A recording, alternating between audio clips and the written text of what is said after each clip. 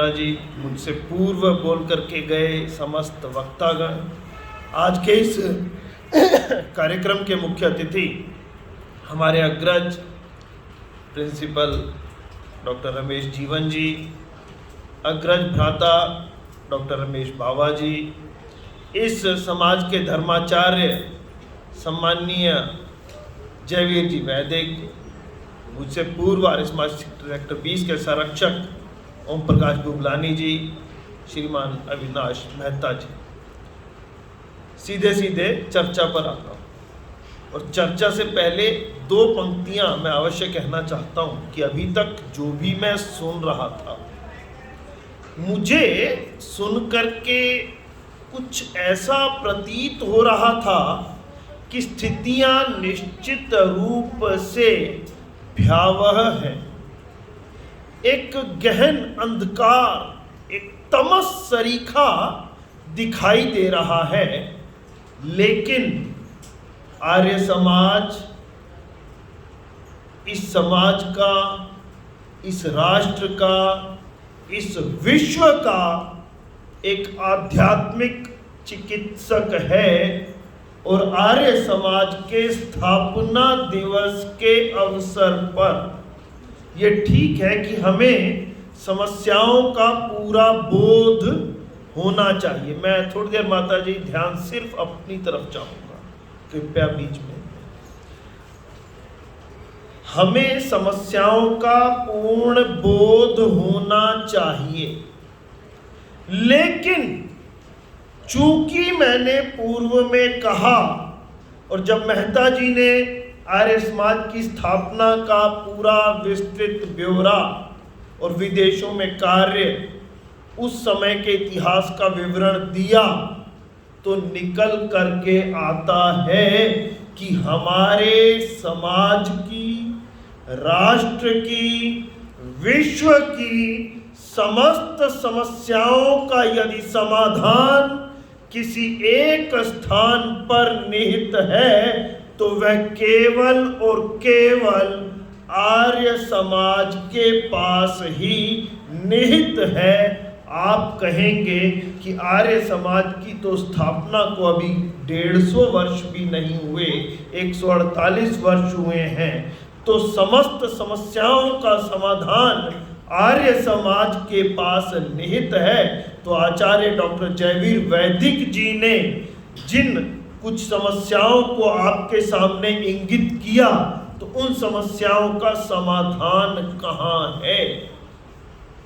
समस्याएं आ चुकी, प्रश्न आ चुके, प्रश्न पत्र का उत्तर चाहिए।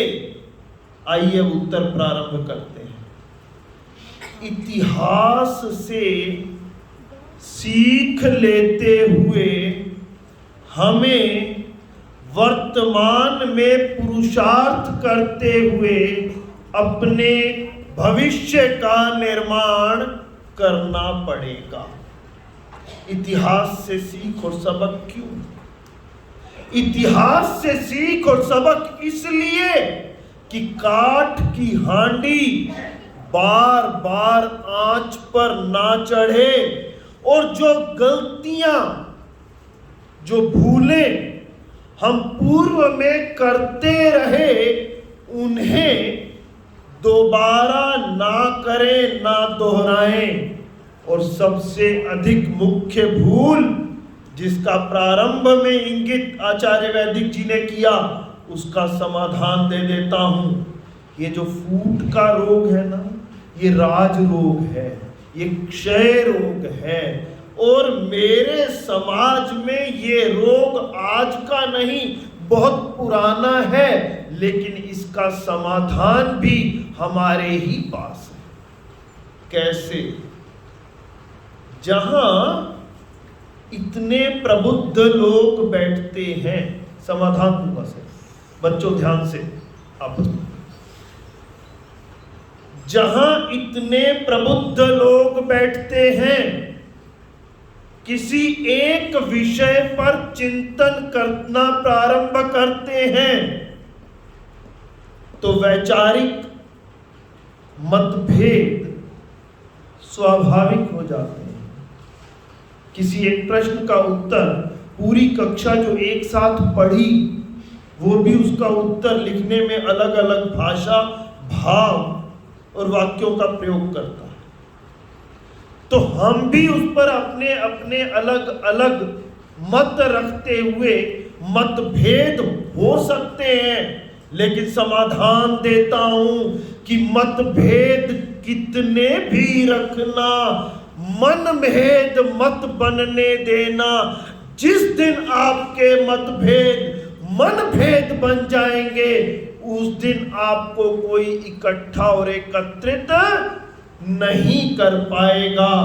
आइए हम समस्याओं का समाधान एक दिशा में कर पाए। तो अब दूसरा समाधान देता हूं कि मतभेद भी क्यों होंगे, मतभेद भी क्यों होंगे। कहा ना 148 वर्ष हुए आर्य समाज की स्थापना को, लेकिन वैदिक जी ने एक और इंगित किया था। हमें तो लगता है कि वह पुनः स्थापना हुई थी, क्योंकि वेद तो सृष्टिकर्ता परम पिता परमेश्वर ने सृष्टि के निर्माण के समय ही सृष्टि में रहने वाले समस्त प्राणियों के लिए एक आचार संहिता, एक संविधान, एक नियमावली के रूप में दिए थे। क्रांतदर्शी देव दयानंद जिन्हें हम वेदोद्धारक कहते हैं, उन्होंने तो इन वेदों को पुनः स्थापित किया और एक पुस्तक दी जिसे हम क्रांतिकारियों की गीता कहते हैं, जिसे हम समस्त शास्त्रों का निचोड़ कहते हैं, जिसे हम इतने बड़े समुद्र मंथन के उपरांत पैदा हुआ एक अमृत कहते हैं, और जिसका नाम है सत्यार्थ प्रकाश। यदि हम इसके आधार पर आज की सभी समस्याओं का समाधान ढूंढने लगेंगे, तो तय जान मान लीजिए कि समस्याओं का समाधान हम अलग अलग बैठ करके भी ढूंढें तो एक ही निकलेगा, क्योंकि हमने एक ही वैचारिक धरातल पर खड़े होकर के उन सभी समस्याओं का समाधान ढूंढने का प्रयास किया है। एक दूसरा, आचार्य जी ने सार्वदेशिक सभाओं की बात की, कितनी बन गई है। समाधान पर आता हूं। अरे वो समस्त सार्वदेशिक सभाएं, वो समस्त प्रतिनिधि सभाएं, हमारे तथा कथित आर्य नेता, बुरा मत मानना, वो सभाएं, वो नेता हमसे हैं, हम उनसे नहीं हैं। जिस दिन समस्त आर्य बंधुओं को और इस राष्ट्र की शक्ति को ये बोध हो जाएगा, अपनी शक्ति का बोध हो जाएगा, जिस दिन ये सिंह शावक अपना चेहरा देख करके ये जान जाएगा कि वह भेड़ नहीं अपितु शेर है, उस दिन वो दहाड़ेगा और उसकी दहाड़ से सब समस्याओं का समाधान हो जाएगा। आवश्यकता है तो केवल आर्य अर्थात श्रेष्ठ जनों को अपनी शक्ति को पहचानने की आवश्यकता है। हम स्वयं अपनी शक्ति को जाने, माने, पहचाने और समस्त इन तथा कथित सार्वदेशिक सभाओं को मजबूर कर दे कि वह इकट्ठी हो जाएं, वरना हम उन्हें मानने से इनकार करते हैं। बहुत बड़ी चर्चा मैंने आपके बीच में रख दी, एक समाधान दे दिया। एक समस्या रखी, विवाह के केंद्र बनते जा रहे हैं। मैं एक बात सभी, चूंकि एक कानून का भी मैं छात्र रहा और अब काम भी कर रहा हूं, एक बात मैं तय रूप से आपके बीच में बतला दूं कि ये आर्य समाज को बदनाम करने का प्रयास हमारे ही बीच के कुछ साथियों के द्वारा आर्य समाज के बोर्ड लगा करके उसके नाम को बदनाम किया जा रहा है। वरना जैसे आर्य समाज सेक्टर 9 के अंदर पूरा वेरिफिकेशन होने के बाद ही शादियां विवाह करवाए जाते हैं, वैसा अन्य स्थानों पर भी है। कुछ अपवाद अवश्य होते हैं, लेकिन उन गंदी मछलियों को पहचान करके मुझे बाहर निकाल देना है ताकि वो पूरे तालाब को गंदा ना कर सकें। एक सड़ा हुआ आम पूरी आमों की टोकरी को सड़ा देता है, दुर्गंध से भर देता है। लेकिन यदि हम सही मायनों में आर्य हैं, आर्य कहते और कहलवाते हैं, तो हमें श्रेष्ठ होना चाहिए और उस सिद्धांतों पर एक अडिग शिला की भांति, पत्थर की भांति होना चाहिए कि हम आमों की टोकरी में रह करके भी समय के साथ सड़ ना पाए और हमारे उन सिद्धांतों पर चलना तय होना चाहिए। फिर प्रश्न आया कि आर्य समाजों में घटती हुई संख्या। 2 उत्तर दूंगा, समाधान दे देता हूं। जंगल में भेड़ें झुंड में रहती हैं और बहुत अधिक रहती हैं। जंगल में भेड़ें झुंड में रहती हैं और बहुत अधिक रहती हैं, लेकिन शासक शेर होता है, जंगल का राजा एक होता है। उसकी एक दहाड़ से पूरा का पूरा जंगल व्यवस्थित हो जाता है। आर्य समाज इस समय राष्ट्र में एक शेर की भांति है और जब वह अपने सत्य सिद्धांतों की दहाड़ लगाता है तो अन्य सभी को सुनने के लिए मजबूर होना पड़ता है और हमें उसे सुनाने के लिए अगली समस्या कि हवन के इर्द गिर्द भवन में सिमटते हुए इस समाज को देख करके मुझे डर लगने लगता है। बिल्कुल सही है, उस समस्या का समाधान देता हूं। अभी कोरोना गया, कोरोना के मरीज को तो घर में एक कमरे में बंद कर दिया जाता था, तो क्या मरीज डॉक्टर के पास जाता था? उत्तर आता है नहीं जाता था। आज यदि इस समाज के चिकित्सक को केवल अपना अस्पताल खोल करके बैठना है तो लोग यहाँ आकर के इलाज नहीं करवाएंगे। आज बिल्कुल स्थितियां बदल चुकी हैं, सरकार आपके द्वार वाली स्थिति आ चुकी है। आज के इस आध्यात्मिक चिकित्सक को समाज के अंदर घूम घूम करके जाना पड़ेगा और जा करके इस रुग्ण समाज का इलाज करना पड़ेगा, तभी स्थितियों में परिवर्तन आ पाएगा। नहीं तो हम अपने भवन में हवन के इर्द गिर्द सिमटते और सिकुड़ते इस आर्य समाज नाम के आंदोलन को देख करके भयाक्रांत हो जाएंगे, भयभीत रहेंगे और निश्चित रूप से ये समस्या का कोई समाधान नहीं होगा। हमें बाहर समाज में निकल करके घरों में, सोसाइटियों में, मोहल्लों में, पार्कों में जाकर के अपने इन कार्यक्रमों को सुनाना पड़ेगा। बड़े गौर से सुन रहा था जमाना हमें, हम ही सो गए दास्तां कहते कहते। हमें ये दास्तां सुनानी, अपने सिद्धांत बताने बंद नहीं करने होंगे। एक और समस्या वर्तमान में आगे क्या, जिसे हम अंग्रेजी में वे फॉरवर्ड बोलते हैं। आगे क्या? तो आगे हमारा भविष्य मुझे तो कम से कम स्वर्णिम दिखाई देता है। कैसे?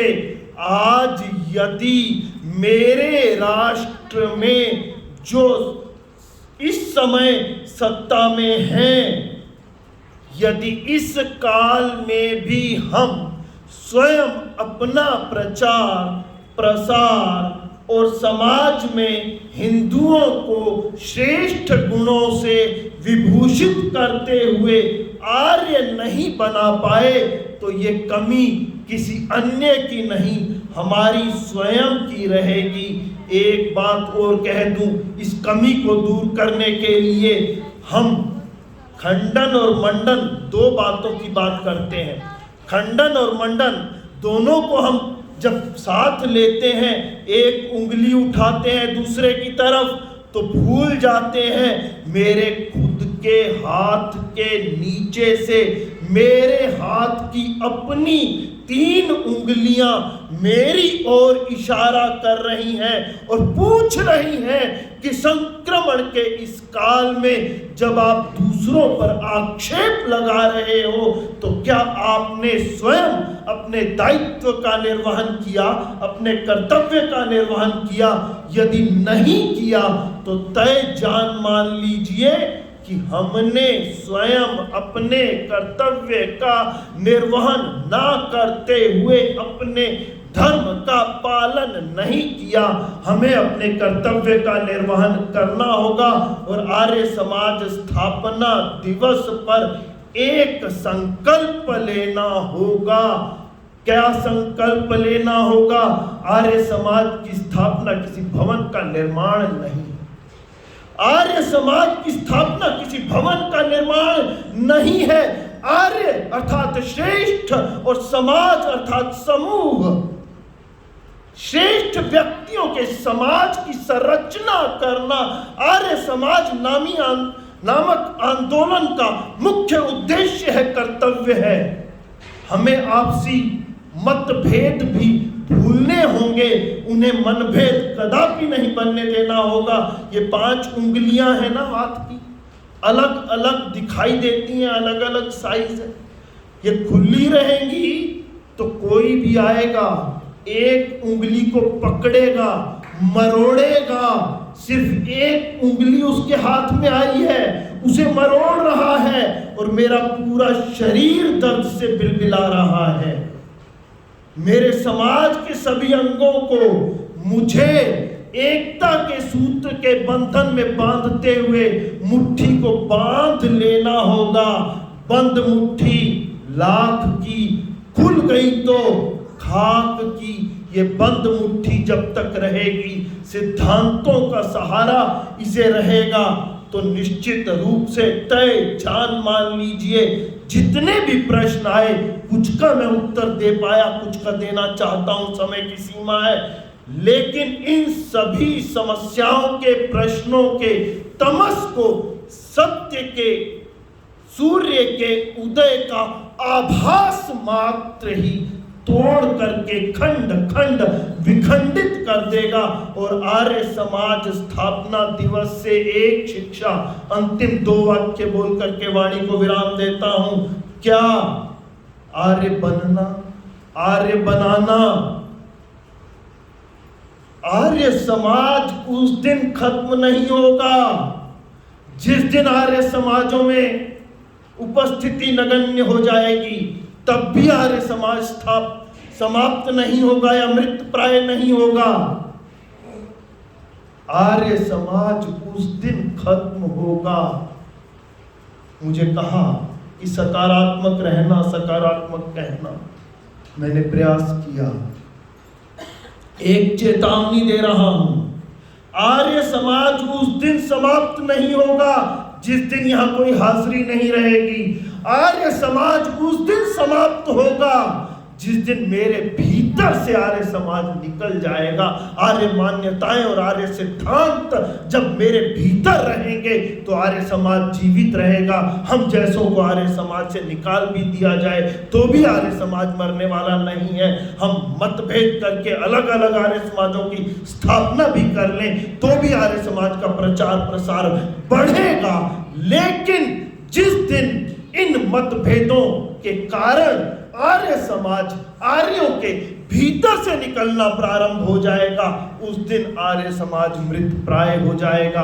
आइए आर्य समाज स्थापना दिवस के दिन एक संकल्प लें कि हम अपने भीतर से इन आर्य सिद्धांतों, आर्य मान्यताओं, ओम ध्वज के नेतृत्व और वेद के ज्ञान को, उस एक ईश्वर के सत्य स्वरूप और उसकी एक ही उपासना पद्धति का कभी त्याग नहीं करेंगे। आपस में मतभेद नहीं होने देंगे, मनभेद तो कदापि नहीं होने देंगे। एक मुट्ठी बंद करके रहेंगे और सिद्धांतों के सूर्य के साथ जब हम समाज में जाएंगे तो समाज की समस्त समस्याओं का समाधान करेंगे। इन्हीं शब्दों के साथ वाणी को विराम। ओम इति शम। धन्यवाद।